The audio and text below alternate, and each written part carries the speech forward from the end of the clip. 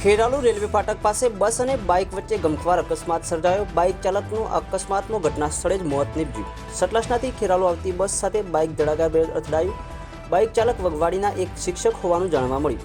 સતલાસના ખાતે પ્રાથમિક શાળામાં બજાવતા હતા ફરજ। સતલાસના તાલુકાના કનેડિયા સ્કૂલના કાનજીભાઈ કે ચૌધરી વગવાડી વતનના હોવાનું જાણવા મળ્યું છે।